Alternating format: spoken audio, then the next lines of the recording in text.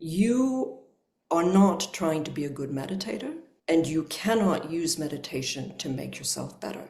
The whole point of meditation is to be better at your life, to be better, quote unquote, in your life. And better means more fully present, more available to your own and others' experience of yourself. Meditation way predates any isms about it, any words we may use to describe it. And it would have been a kind of sacred way of taking a moment to be present in the environment. And there would have been no overcoupling of doing that with somehow needing to retreat or shut down. I will reiterate, the only way to discover it is by allowing all of the sense perceptions as much of their functioning as you possibly can in a given moment, in a given day, in a given practice. You can do it with the right sort of view and intention in such a way that you are not confused.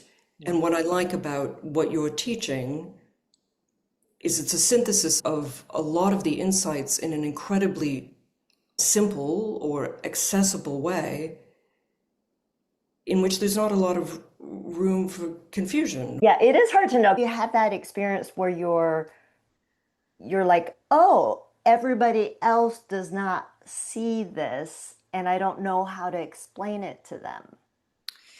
Yeah, I think particularly as I was in my 20s beginning to try to figure out what my human mind was and my awareness or consciousness, there was a lot of implication in the people I worked with, particularly a cognitive behavioral therapist, and also beginning to become very serious about meditation, where they implied that there was a kind of clearly defined experience of a sense perception. And I was endlessly confused by that, which is kind of what led to the diagnosis of synesthesia. And I finally brought it up with the cognitive behavioral therapist in such a way that she went, oh, wait a minute. But it was like, bring your attention to your experience of smell, and I'd be like, okay. And then people, particularly in meditation workshops, they'd be very clear about that and emphatic about that. And I began to go, and then you don't in this moment also see moving pink. And then I did ask a few people, including my partner, and began to understand that like that wasn't what was happening for people. Before that, I had always seen like the sense perceptions as my experience of them, just not clearly defined. And one thing being very overly associated with another. And then when I described it to one person, they said something about being obsessive compulsive. And I was like, oh, that's interesting. That there'd be an obsessive compulsive aspect to taking an action or hearing a certain kind of sound and it having a whole other sensorial reality to it, which thankfully, when I got into the study on synesthesia, it was immediately disregarded. They were like, no, that's just a thing that people tend to want to say about people who experience this. But it's not behavioral. It is brain functioning.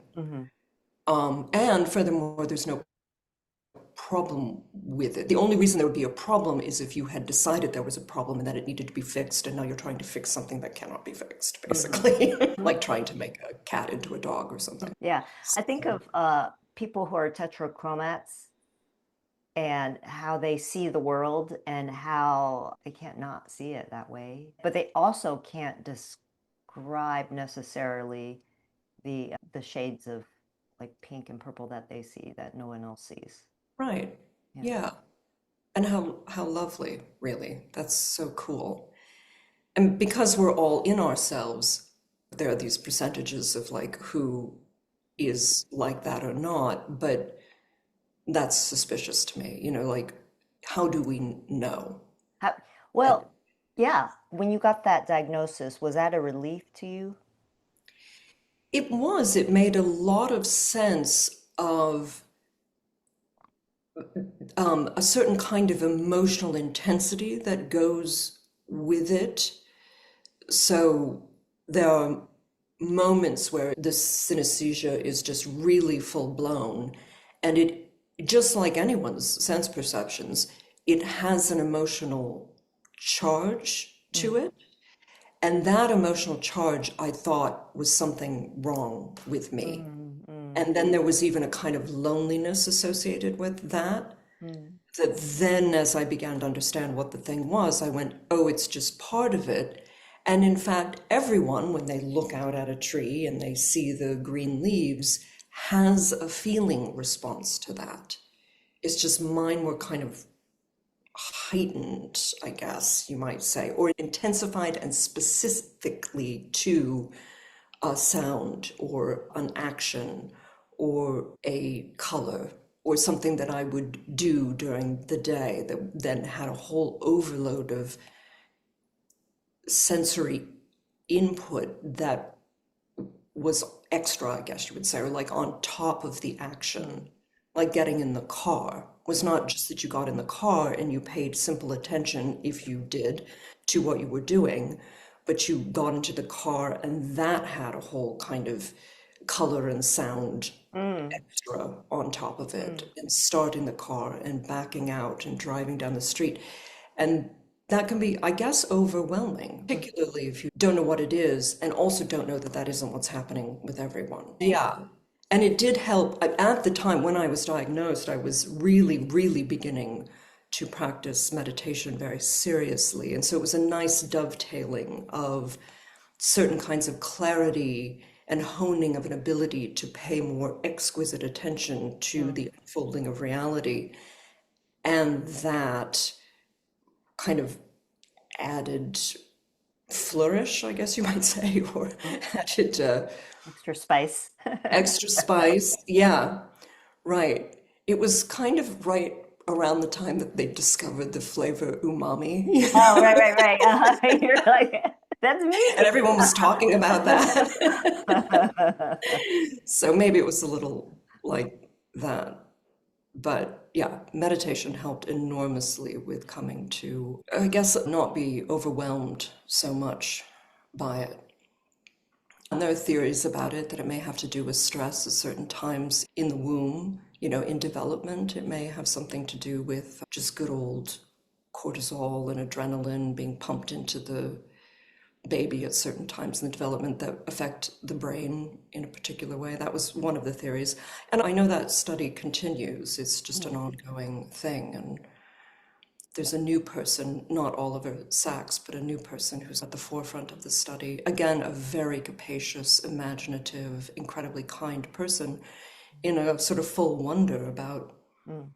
the human experience and how the brain and nervous system are, how they develop, what they do, which is really cool.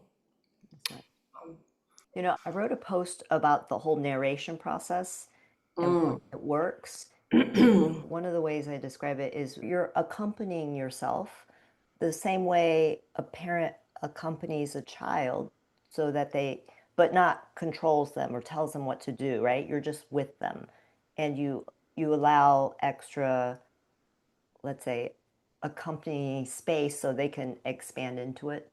Mm.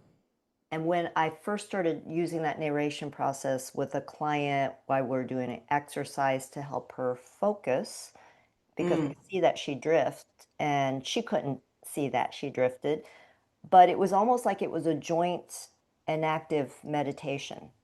Yeah. When something went awry, we just kind of brought it back to the action and we brought it back to the action. So it's a way of processing, but Mm. it's all attention. The whole point of it is to expand what you pay attention to the sensory experiences in a way that is coherent for the body, for the innate Right. standing and walking body. You took it to it quickly and you got so much out of it. And I think part of that was your capacity to take in sensation because you do that on three levels where most people are just used to doing it on one. Right, yeah. Although I do think we have a much greater capacity than we generally experience, and what you're doing is opening that up, that you do have three at least. You have at least three levels of Yeah, no, I think so sensorial too. And when I see experience. it, when you can kind of bring them together, you don't have to work really hard at making something happen because they naturally come together anyway at some level. And if you can just Right. turn up the volume of your sensory listening in a way that's grounded and organized, then it's really powerful. Right, and that the body is what does this. I mean, I think that's the thing that kind of got a little separated in the 20th century through the Western intellectual body-mind split that we inherited from Descartes or wherever. That now there's an increasing attempt to return to Mhm. that it is this system that does the whole thing, the whole system does it. And the more it's online, the more connected in it is, and whatever we are is connected in, just the more power there is for the experiment of being present, paying attention, having a deeper, more nuanced relationship with what's happening with reality. But I think that's very important, and I increasingly emphasize that in when I teach meditation, which I used to do a lot, and in recent years do less of. It's just increasingly clear to me that it is the body that does this thing, and the emphasis on mind isn't maybe as helpful as it seemed to be in the mid 20th century. You know, I had a discussion with someone who was trained as an artist, became a monk in a Christian esoteric tradition, and he's now an artist again. And Mm, he felt the rigidity of the training, the monastic training, yeah, rigidity. And I tend to think, and I've always thought this, like you're learning from people who are doing a practice when they're in a cave and isolated. It doesn't translate very easily to a mother who has to deal with life. And in that tradition in particular, he was talking about the rigidification, is to me, it's geared towards containing the energy of men. Like a certain containment is great, especially for, let's say, adolescent men. yeah. Ashtanga yoga is famously like for adolescent men, right? The discipline, the structure. For women, just because we have to deal with a changing landscape internally all the time on with a Right. monthly cycle, and there's more communication between the two hemispheres in our brain, that our attunement to our inner sensory needs are just more practice. So we don't need as much containment. I feel like we need a little bit more permission or Right. something, some structure. The structure Yeah. is defined by that need, whereas if you have a structure, and maybe the structure, I mean, to me, the way I'm teaching it is to tap into the wave form. Yes. And I studied with Emily Conrad. That was her practice to do. And we did that. That was our first session together. Yeah. Yeah. Continuum. Yeah. Love it. Yes. Well, that's a can of worms. And I mean, there's an article that comes to mind, and it was entitled something like Enlightenment is a Male Fantasy, Mm, and written by a woman, of course. That there's something so sort of separate in how it is presented or talked about. And all, and even the word that we use, enlightenment, whereas a more accurate word might be something like enlighten and darkenment. It is both. It yeah, is yeah. and go down and in as well as up and out, which your work does. That's a lot of what's happening and playing and out and around, and sort of experiencing all of that. So it isn't so one directional, so Mm, one pointed at mm, all. mm, It is multifactorial and dimensional. And the young male energy containment, that a lot of the practices come out of that, could actually not be a more accurate observation of it. In the tradition I practice in Tibetan Buddhism, in order to become something called a Vajrayana Buddhist, or a practitioner of the indestructible or adamantine, also sometimes called Tantra, although people tend to avoid that word because it has very misconstrued associations. But in order to do that, you do these four practices, and they are 108,000 prostrations. You get down and you stand up, you get down and you stand up, and then 108,000 recitations of something, and then 108,000 messing with rice. It's called mandala, where you make a mandala out of rice. It's a total, your house is a wreck while you do it. And then 1,000,000 recitations of something else that's shorter. And everyone jokes when they do it that they're like, pushing middle age, or even some people, I know two people who are doing it right now and they're in their 50s. This was designed as something to do for teenage boys in monasteries that included things like visualizing naked ladies to get the energy out. But here we are doing that. We're Yeah. doing, and in some ways, it's so extreme, and it really does, quote unquote, work. I won't get into why I think it works and what the technology is behind it, but it does very much imprint on the system a particular view. And also there's a quality of giving up that could sound like brainwashing, but maybe is, maybe isn't, I don't know. But yes, it's there because of teenage monks. Absolutely. And in 2026, there are middle-aged women doing that practice in order to be able to do the other practices. So there's a lot. What's cool about all of this, all of that, is that there's a long way to go. We have a lot to learn. And as more and more, both, like it doesn't matter the gender, but more and more kind of capacious, nuanced observation of what is actually going on becomes articulated.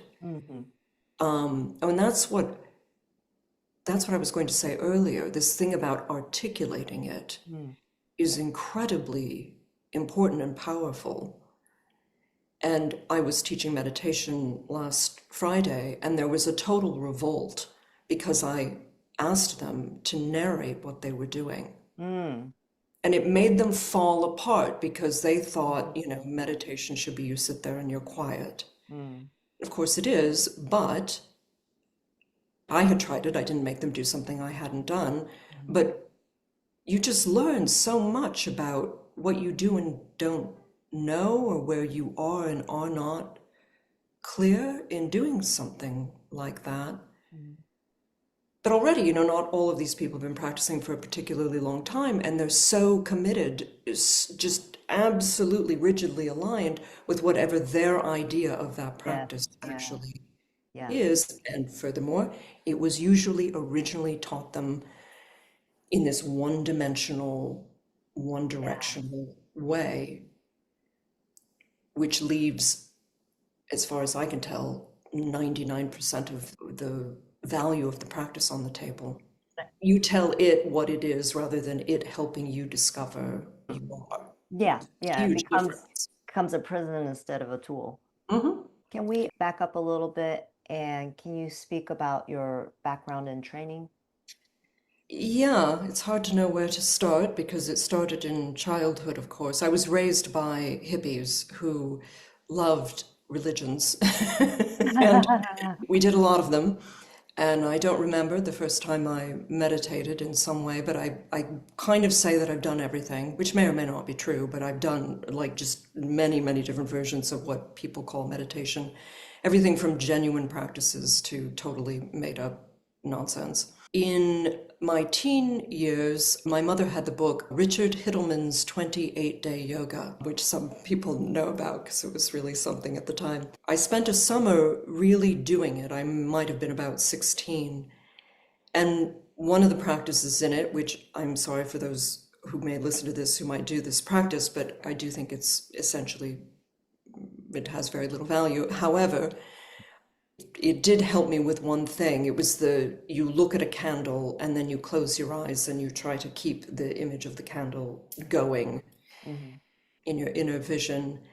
And I noticed over the course of that summer that something dramatically changed in my experience of myself and the world, which I then dropped in favor of being an aggro punk teenager. But it haunted me. And then in university, in undergrad, I started taking yoga at university. And she was a Zen monastic. And so we would sit and practice at the end of every class. And then I thought, okay, I'm going to learn Shikantaza, the practice of Zen, which is an eyes open practice. I completely used it as a way of trying to fix myself. And I never got out of that, really. I just stopped practicing in my mid-20s. By the time I was maybe 25, I no longer did it, because it's like you have this very, very capacious mind. The mind is as vast as the universe. And what I was trying to do was like squeeze something down into something controllable and manageable so that it wouldn't bug me so much. Of course, what that does is make it kind of just fly out all over the place. And I had hallucinations, which are very common. I had just really intense feelings arise. And then in my late 20s, I thought I was going to take up Zen again, but I sort of accidentally fell into a Tibetan Buddhist community. And I went a few times and I listened to a talk.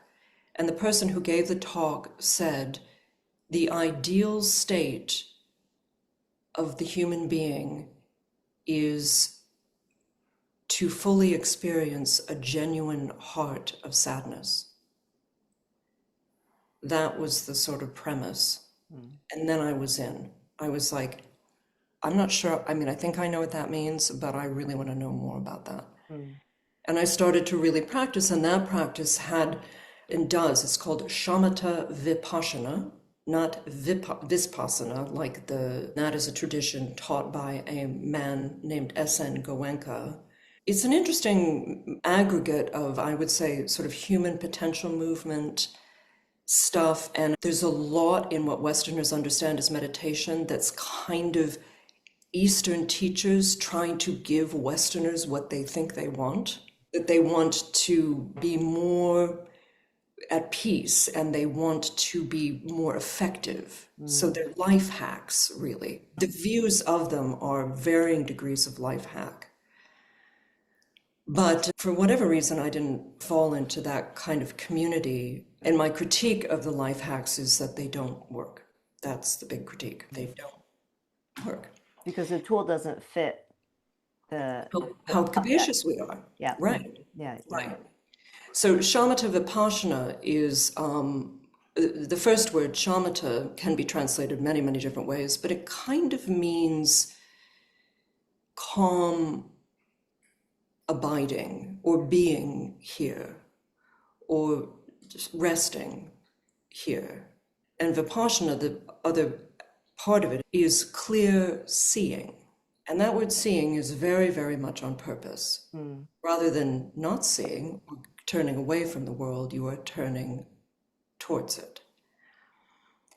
And there are 3-ish or 3.5 very distinct ways in which one can practice shamatha vipassana. But I started to do that, and I started to train in it, and I started to really study. And then I ended up in seminary in the early aughts, which were very, very long practice and study retreats in which, after they were over, you kind of come out the other end knowing everything about what you've got yourself into. Or maybe not everything, but you know a lot. You get a really good education. And that's important as well. The intellect is not shooed, it is brought in. As you talk about, that a lot of the practices are missing a top down. And in the tradition I'm in, the integration of practice and study, or the sensorial and the intellect, are what make creative power Yeah. and power altogether and integration. And then in tandem with that, I had been a circus performer. I had gone to circus school and had been a circus performer. Because I dropped out of medical school, by the way. I dropped out of medical school, ran away to the circus. A common path. Yes. And then I went to conservatory and was a classically trained actor and worked as a classically trained actor and made a living at it, which is no small thing, for about 10 years. And then there's a little bit of a correlation between thinking I didn't want to act anymore and going to seminary. I didn't think I was going to become some sort of a monastic. There was a sort of bridge from leaving the acting world and going very deeply into meditation, practice, and study. And then I went on with the rest of my life. So you could say there were two-ish really intense trainings in there. One was the meditation training and one was the acting training. It's 4 years of conservatory training. And not unlike med school, it's really, I mean, I may be the first person to ever draw a correlation between med school and acting. But there really is one. There really, really is. It's so intense. It's so full on. It's all the time. Yeah. And you leave unconfused. You leave having a deep sense of what you were doing. Really, really great. And you can do that with meditation too. You can do it with the right sort of view and intention in such a way that you are not confused.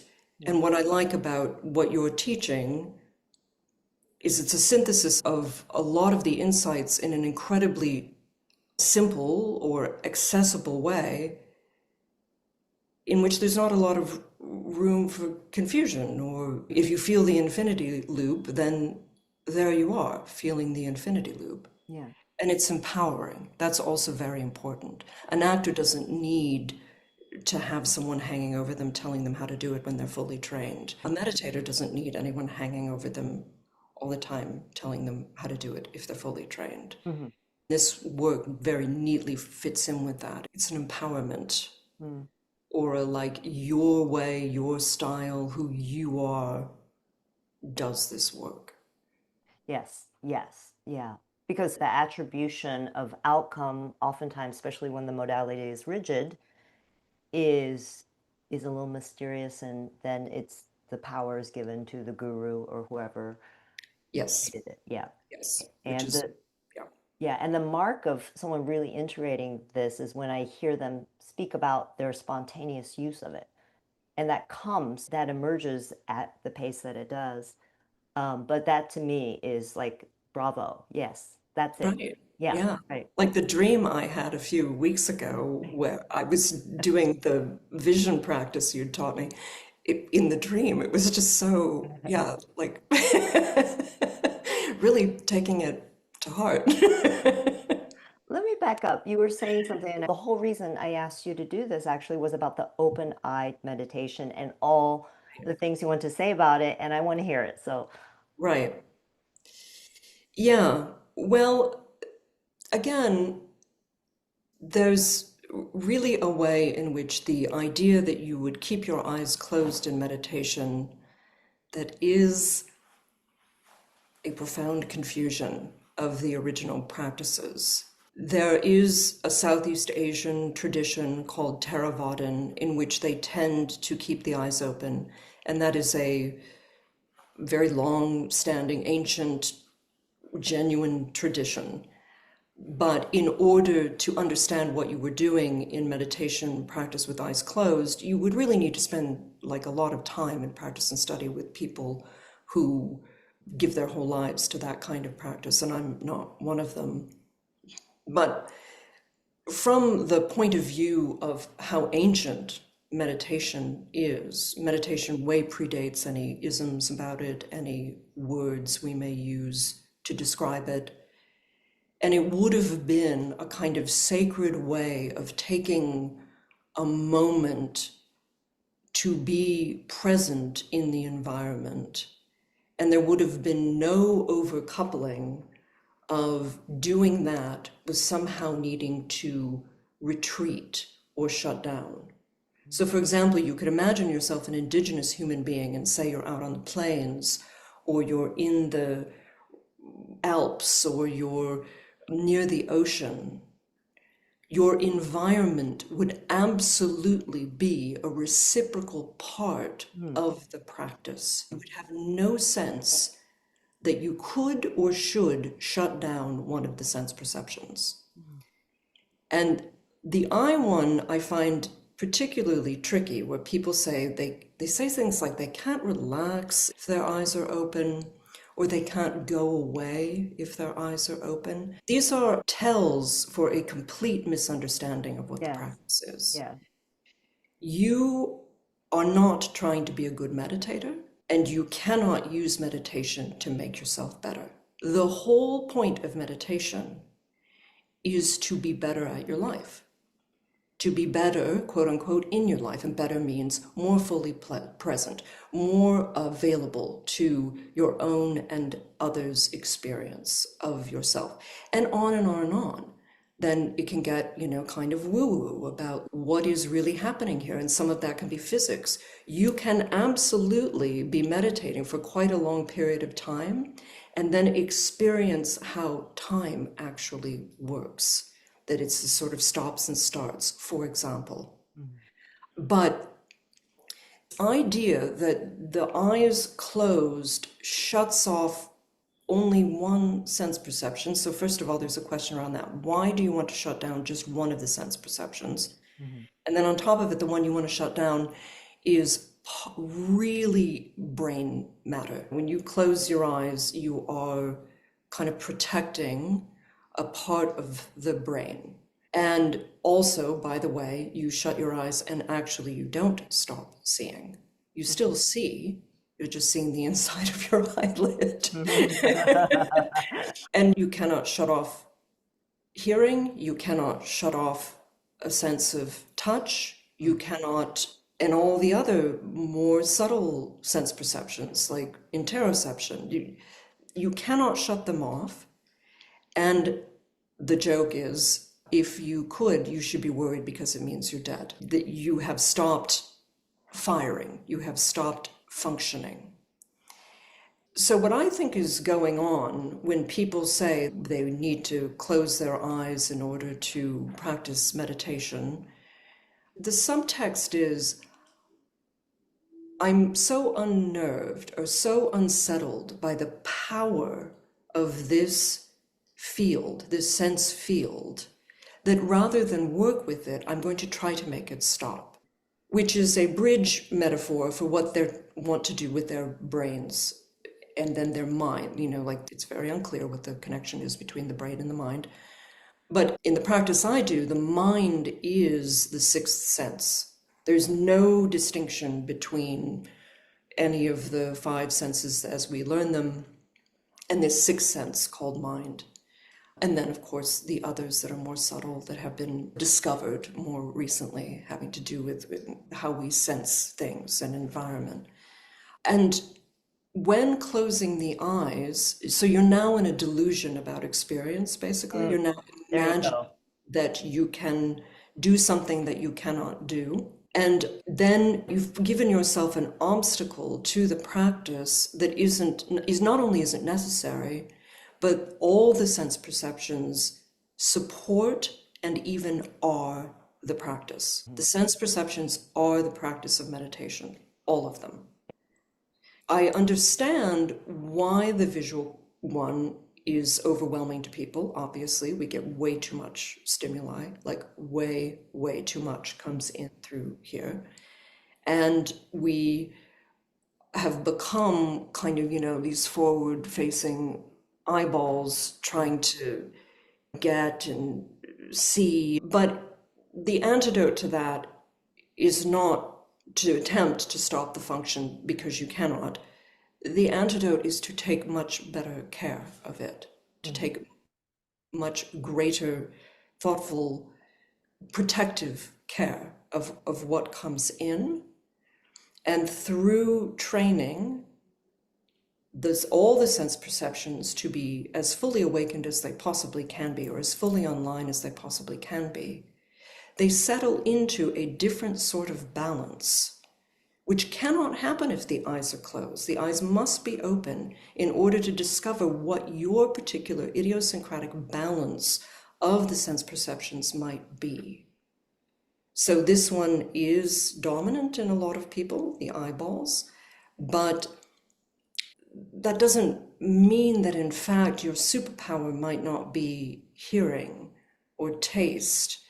And then the sight might come into a more profound and supportive relationship with another sense, or more than one sense, or many senses, in a way that you don't know about until you discover it. And again, I will reiterate, the only way to discover it is by allowing all of the sense perceptions, as much of their functioning as you possibly can in a given moment, in a given day, in a given practice. So that's two of the reasons. One, it is not how it historically developed at all. There was no such thing as closing your eyes. This is made up. And two, there's a very good reason for that. Okay, I have a question, because when I use the visual system, like when we're in standing, have I done the standing meditation with you? Yeah. It amplifies the internal organization and connection to your gravitational orientation. So you're not using, in yoga they call it drishti, but you're not using your visual focus to help you balance. It turns up your internal organizational capacity. So when you mute one of the senses, you actually get to understand how to use the other senses. You just can turn up the dial on it, because now you have a better relationship, because the noise of the visual is taken out. Or when I taught yoga, I would, at one point I brought in earplugs. Had everyone do some 3 sun salutations so they could really listen to their own breath without having to do the exaggerated ujjayi breathing. Right. So what do you think of those sorts of things? Well, in some ways, what you're talking about is the view. Your view, your intention in those instructions is to support and further investigate what's really happening. Nothing you said in either of those descriptions is about trying to get something to stop so that you can calm down, or something to stop so that you won't be so pestered by your experience. It's quite the opposite. And when I said that there are 3.5 practices in shamatha vipassana, there's something called close placement, which is really you bring the vision in quite close, and it's relaxed, but it's sort of held in, and you're working with the in and the out breath rather deeply, and the visual field creates a kind of form for that. And then the middle placement is sort of out a little farther, meaning like 6 feet or a couple of meters or whatever. And there's a sort of like more of a working with just the out breath, the flowing out, and then the in breath just happens and then it flows out. And then the open placement is the gaze is raised. It's like shikantaza, and you're looking at the horizon.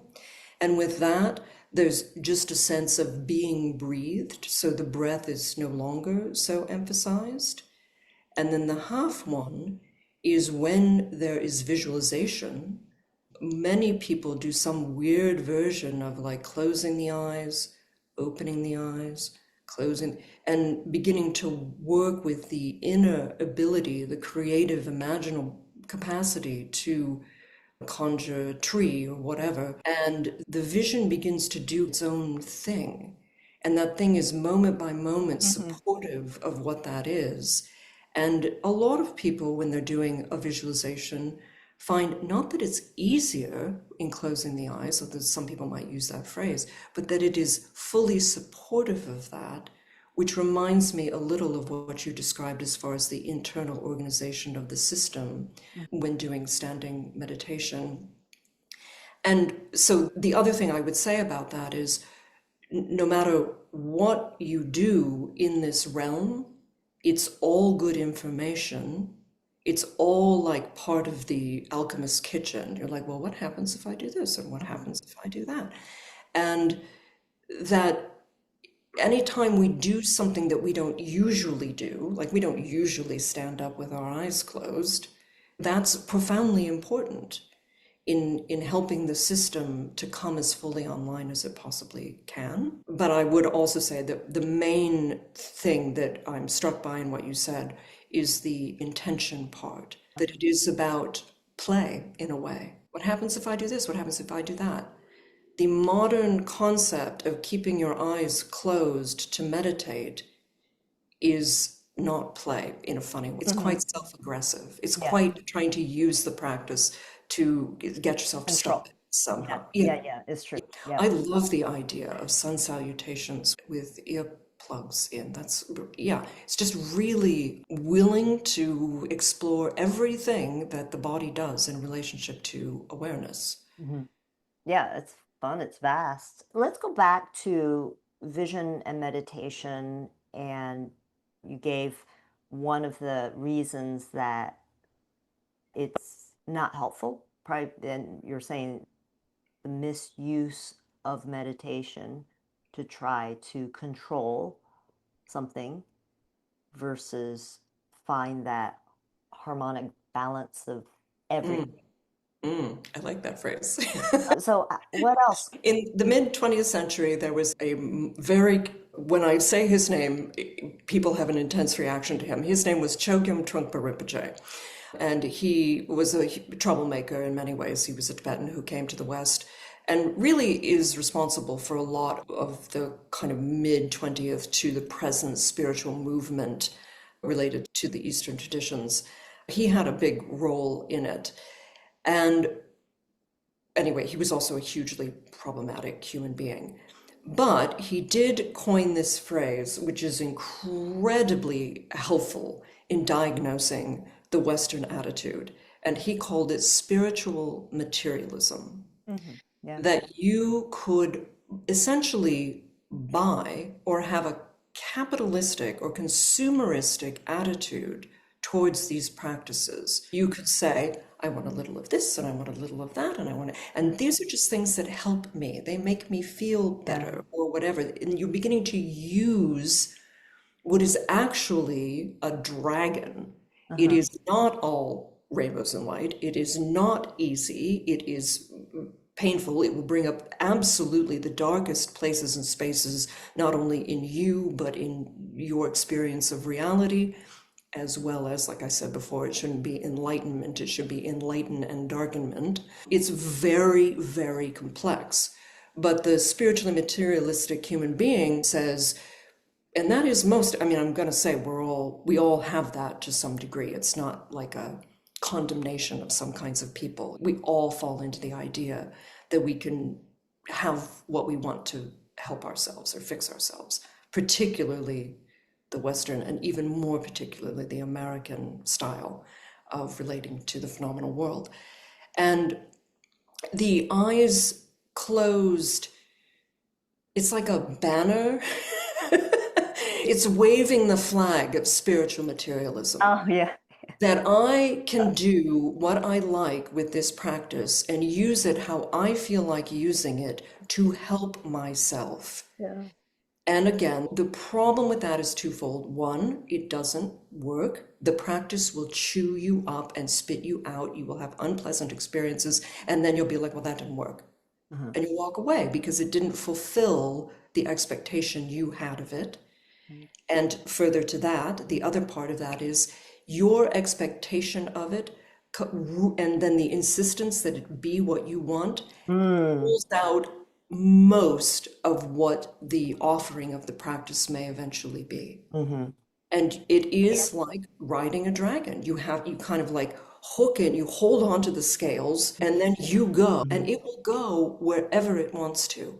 And the only thing you can do about that is continue to do some version of the form that has integrity, that is transcendently above and beyond the spiritually materialistic interpretations of that practice. And I have a friend, my friend Susan Piver says, if you engage with a meditation practice that you suspect isn't at least 2,000 years old, don't get yourself involved with people's newer versions or interpretations of it, in which they're also, integrate, bringing other things into it. And of course, there are many caveats to that because people have genuine insights. People have many sort of trainings and disciplines that beautifully interweave with meditation practice. But anytime it's to help you be a more highly functioning human being, or to fix your mind or your emotions, it's again self-aggression and it will not work. And eyes closed is ground zero of that confusion. And then there's the sound meditation, like people listening to music and lying on the floor and closing their eyes. And it just goes on and on and on. And all of that completely ignores the original wisdom, which is profound and untamed, basically.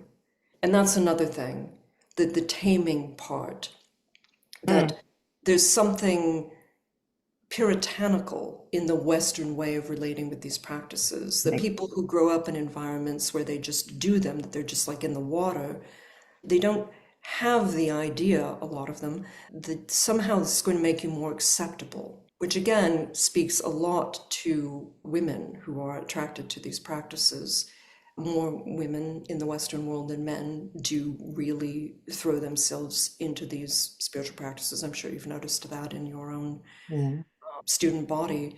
And there is absolutely a societal subtext of, I need to tame, there's something wrong with this situation. And so there you are, kind of unconsciously being motivated by societal confusion. Again, about like bodies, about women, about the feminine, about what is natural, about the Tao or the way. You can't control a woman's body. It does these completely weird things. We try to, we give people drugs and whatever, we try to do it to ourselves, but again, it doesn't really work. So anytime you're in the realm of eyes closed, you're in the neighborhood of spiritual materialism, and I'm going to somehow buy this practice in one way or another. And then if you also find yourself buying tchotchkes, you've got like a little, Maldives. Buddha or a Ganesha. Fine if you love that sort of thing and like they can be so great and whatever, but it is a little bit of like putting on a new identity and you're hoping that that identity will now help or fix you.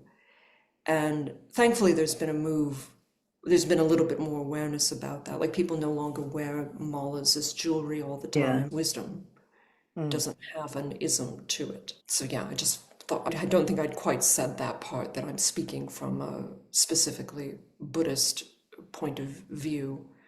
But like all of those traditions, once you really start to practice them, and I think you've indicated some of that in the different things that you've studied, you get to the point where you're not that interested in what the thing is anymore. You're interested in the experience of it.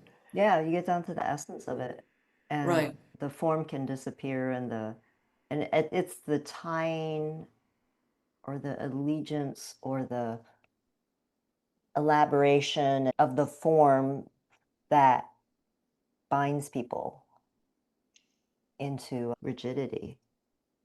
Right. Or can bind them into space. The other side of it. What do There's you a mean kind by of, that? well, you can kind of make a deep relationship with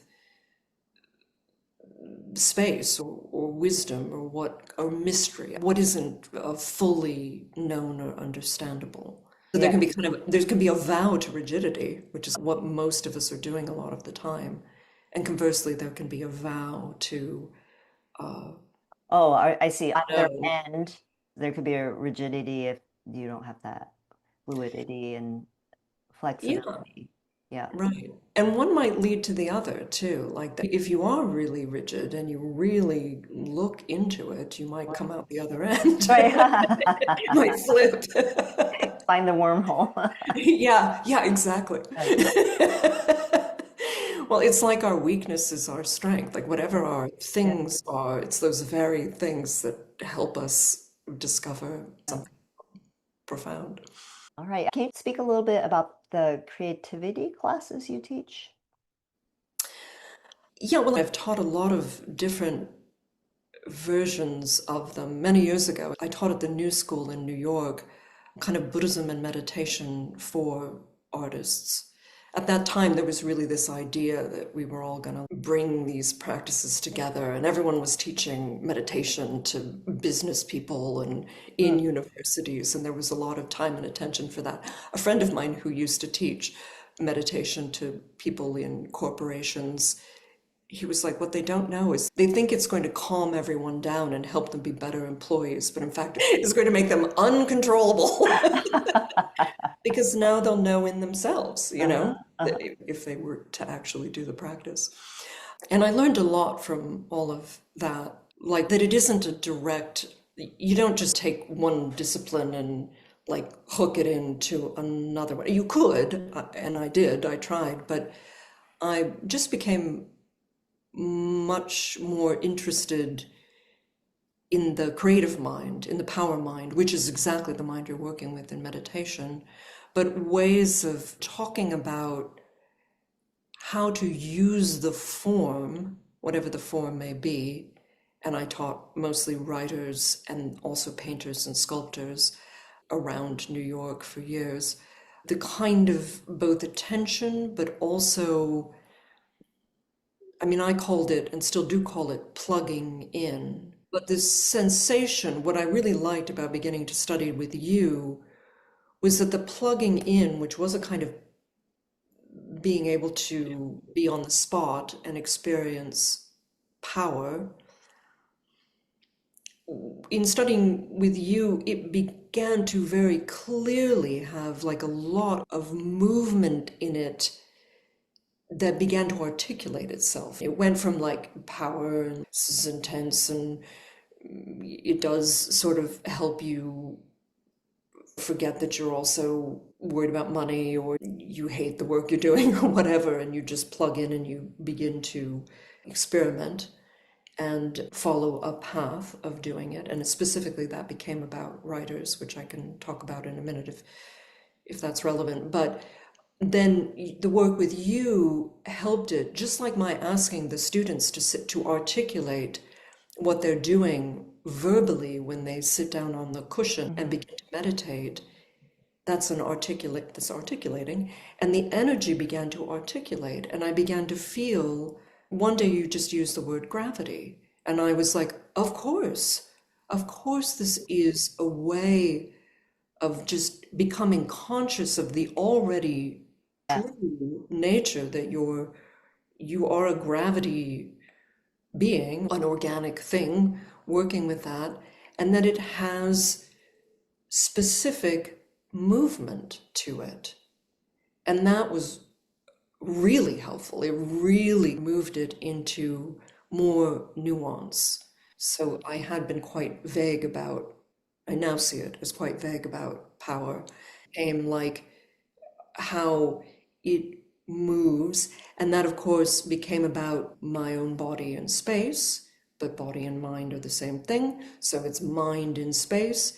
And then how that, this is new in what I've been teaching, how that specifically can inform the creative process. yeah, So there's a lot of training to do, but again, as an artist, you can either be an artist who never really knows what they're doing and they're always trying to grasp at straws and try to make it work and going by the skin of their teeth or whatever the phrase is and hoping for the best, or you can train in a kind of presence, and that increasingly over time, just like with meditation practice, I have begun to be very suspicious of anything besides that the body is doing this. And so when I teach writers now, we do a particular form, but it is informed by coming to the present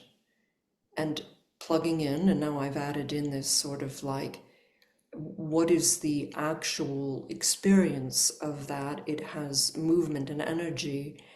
And then there's a sense in which you can, like riding the dragon, you can ride that energy into the work. And then you are not disorganized as much, as confused, as frustrated, and it does open up the much vaster space of the mind called curiosity and sense of humor. You can have a sense of humor about what it is that you're doing. So it stops being about trying to make character A get into the house and have the fight with character B and then pour a drink and drink the drink. It becomes much more expansive than that and playful. And also, when things aren't working, you can just drop them. You don't have to just get into a dysfunctional relationship with your work, which is what most writers are doing. Writers specifically are in a very dysfunctional relationship with their work. So I've also taken a lot of the training from the theater, which is an artisan or mentorship-like training, and I've started to add it into the writer training, that there's a real parallel, and probably with any creative discipline. And you start on the ground. As an actor, you start lying down, and you lie down for a year in that training, and that's not an exaggeration. You don't get up off the floor, really, and you feel what it is to be that kind of energy. And Outside what of I structured personality. Yeah. exactly, yeah, right. We're going to neutralize you here in a way, but with the ultimate idea that you will become really much more of what you are. And my one critique of that now from studying with you is we didn't do enough time on our stomachs. We spent all the time on our backs, rarely turned around. Yeah, and agency. That's as a Right. child, that's where you start developing understanding of body halves, which is what you need in your cerebellum in order to understand how to weight shift and move forward and walk. Yeah. Right, yes. Oh, do I wish there was more of that. Well, now I'm making my young writers crawl around on the and they're like, I did not sign up for this. But then, just with that, the tummy time a little bit, the finding agency and the crawling around, they do things in 2 hours like, I couldn't make the mother. I hate the mother. I don't know how to, she's not doing what she should on the page. And they do that, and then they go, oh. And in that particular example, the mother turned out not to be dead. He was trying to make the mother be something when in fact she was a Yeah. complete other thing. And so to me, there is so much terrain to explore in the alchemy of it. If you have the right intention, if it isn't to use these practices, to allow them to penetrate and support. Yeah, and to remain tools and not become an altar, not to become an edifice that you have to squeeze into. That's right. Yeah. Right. Yeah. The joke is meditation just becomes one more thing on people's to-do list, Yeah. or maybe these practices just become one more thing to do on the to-do list. Exactly, exactly. People are always like, how many times should I do it? And I'm like, oh gosh, it's just the wrong question. You know, Right. in the beginning, I say, yeah, do the three keys, do the three global moves. That's a good beginning, but And I figured out I could do them while I was brushing my teeth. And that sounds a little trivial, but it actually no, really brought it into my into your daily life. day-to-day reality. Exactly, Yeah. exactly. I have this theory that we have part of our brain, a track that's functional in nature. So we move around, we do something, and that's a little bit the body of resource. It's just neutral. But then we have this other part that is more lyrical. And if the neutral, functional part, the wheels gummed up or something, you can shift into the lyrical or the aesthetic. So the example of that is like Parkinson's is very classic because they say, oh, how could they move smoothly and dance? And I think it's because they're crossing the midline because they do tango dancing. They're crossing the midline specifically and not just shifting over it, but really turning on the midline. That dance more than anything else has you doing that spinal spiral in a very tight way in the ochos. And that's why people fall in love with tango, quit their Yeah. jobs, go down to Argentina and become tango teachers. You don't get that in salsa. Right. Yeah. It's more like, Yeah. yeah. So that's a clear example. How could they move so smoothly? Because they are attuning to something different. They're not doing it functionally. And I think they're shifting off the functional rail onto the aesthetic rail. That is fabulous. I just love that. Yeah. Yeah. Yeah. Yes, yes, yes, yes, yes. So that's sort of what I'm Yeah. So looking at now we're is if like, the creativity, you need the function though. But when you bring them together, right, then you have a form that is connecting to a partner, it's connecting to music, it's connecting to a waveform. And it's Right. the same thing with stutters. When they are speaking, well, they can't work with their speaking pattern, but if they start to speak as if they're singing, and there's a really, really emotional TED Talk by a Australian singer who demonstrates, and you can hear it. You can hear the fragility in her stuttering voice and the lyricism in her singing voice, performing voice. You're deliberately switching gears because you need to, but if we can walk as if we're dancing, if we can Yeah. talk and communicate as if we're singing, if we have that shift within ourselves just to put a little bit more aesthetic, lyrical quality to whatever you do, Right. that you can feel the waveform. I mean, it becomes palpable. Yeah. Yeah. Oh, I'm thinking of a performance I saw of Ray Fiennes as Prospero, and he does the sort of main soliloquy about giving, can he give up power? And it was absolutely that. He stepped into the wave Mm, form mm, of the very well-known soliloquy. mm. Well, yeah, it's a little bit like the sense perceptions where you would begin to discover like what is needed. Yeah, you have a elasticity in Mhm. how they interrelate, and you have your you have these master dials, and the practice is to practice being able to zoom in and zoom out, amplify this perception, dial it back. It happens with our vision, right? When we're Yeah, focused on something and everything else is in the background, if you let it. yeah. Same thing with our auditory system. We pick out what we want to focus, and the eardrum, refines in to pick up your voice in a noisy environment. That's the skill that we want to maintain as, I mean, on a functional level as we get older. Hmm. More you're able to train yourself in that, not in reps, but in being able to dial in and dial out and understand what that means. You're training your mind through your perceptual flexibility, basically. Exactly. Exactly. That is a way of describing the training of meditation too. Then the kind of relative aggressive battle takes a back seat. That's not what's happening. It's something more organic, more like dancing. And Yeah. experimental. It's got an experimentation quality that I really like. Yeah. When you hit your wall, your head against a wall because you're not able to figure it out or solve it, Yeah. in that functional way, that there is that off ramp. What a lot of people who cannot function well within a structured educational environment, they find the arts, right? That's that off ramp. Right. And it's such a Yes. juicy off ramp. And it's probably an off ramp that we all need to slide into more these days as the functional stuff starts to fall off of our plate, Yeah. and the things that require a little bit more of this, we start getting more skilled in our capacity to do this and this and this, and that Mhm. our flexibility in the moment is just that creative wellspring that we're tapping into all the time. Right. Yeah. Yeah. The self fulfilling wellspring. Mm. That's sort of like if it's traditional education and you find an off ramp and that it may be into art.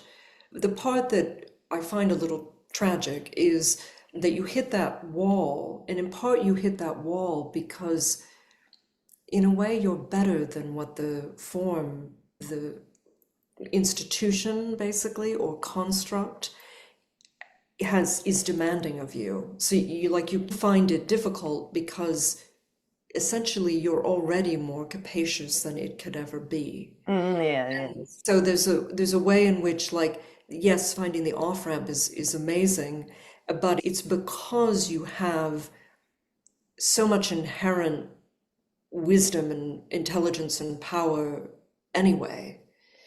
And maybe a little bit like if your mind stops thinking you're dead, if you're good at being in the institution, you might want to look at yourself. Or like my friend who teaches business people meditation, like they stop being good at being business in their corporation because they're finding an off-ramp into power Yeah. and into something more genuine and who they really are, Yeah. which, means that the institutions are not good enough. They're not particularly serving probably almost anyone.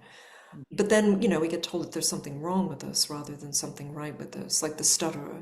There's something Mm-hmm. so wrong. But in fact, the stutterer is unbelievably sensitive to the environment. And Mm-hmm. communication is so important that it kind of can't happen within the constructs of the environment. But then she finds the way into a superpower. That gives me hope for humanity. That's an extraordinary thing that humans do. And I think your work really gives some kind of form, takes it out of vagary and takes it out of like la la land and puts it into like actual practice. You're a body, you're on this planet, there are things you can do and work with. And then you can discover something as fabulous as like writing the waveforms between the functional and the lyrical. I mean, I'm gonna, yeah, I'm gonna think about that for That's really like these are the fruits of the practice. These are the reasons to do something that's not easy. And yeah, stick with it. Yeah. And by the way, I mean, I think you did the hard part. This part, working with me, was the easy part. Well, it was helping me to synthesize Yeah, things that were exactly. That's hanging what I out mean. there. And Yeah, yeah. yeah. Yeah, when people don't have, I think the meditation practice, because it's an attentional practice, is a good foundation. Because I try to figure out like who does well with this work. And like I said before we were recording, I was talking about when people have two kind of different types of training that are interesting and how they go together. But then there's that third point that I never know about, and I never knew that you had synesthete. Oh, So it's that third point I think that really just creates a different space that you live in mhm. that primes you for this work because people really have to reconsider what a body means when they do this and reconsider what working Yeah. with the body means because if you have the working with the body is doing exercise mentality, we spend a lot of time trying to break that down, and that takes a lot of time. And if people already come in with the flexibility around that concept, then it's useful. It's very helpful, and we could go really far. And the synesthesia thing, that's an interesting one, and mine happens to have a name to it. But my guess is that, in a way, what you're talking about is often people have the capacity, I can't forget about synesthesia, but they have the capacity to forget or leave behind the original inspirations that started maybe in the womb or started in very, very early Hmm. life, that then bring them later to a kind of curiosity about a way of working with awareness. And there is a through line, but it might have been dropped or left. And discovering that is, I think, part of it's like beginning to take it so personally that it turns out in some way you were doing it all along. Hmm. Hmm. And Yeah. you kind of did the like, and now it is time to put away childish things. But again, that doesn't really work because it's part of who you really are. And I'd be curious to know what that is in other people doing this work. And I sometimes, when I ask my writing students, what first made you want to write, they say things about being a teenager. And I was like, no, no. When was that kind of attention first? Like, when do you first remember it? And it'll be, they were sitting by the ocean when they were 3 and they saw a fish. And then suddenly, like a certain kind of way of paying attention seemed very clear. So it always starts much earlier, Mhm. I think. My third component is synesthesia was just so kind of odd that but it's not unlike noticing the fish in the ocean Yeah. and being like it stops the mind, and Yeah. then we spend the rest of our life going, what was that, what is that? And if we know, we should be suspicious of ourselves. If we can answer that question, you know. Ah, that's good. That's a good one. Maybe it's an unanswerable question, which is very important in this work. It's very important in creative work. Like, Yeah, not most really good questions don't have an answer. yeah, yeah, yeah. And then being comfortable with that unknown, which is the the future space, Right.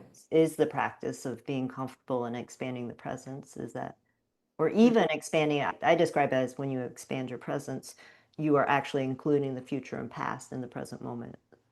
But Yeah. you can't know it all at once. And being comfortable with not knowing. The kind of a larger view is just right around the corner somehow, or like just right over here somewhere.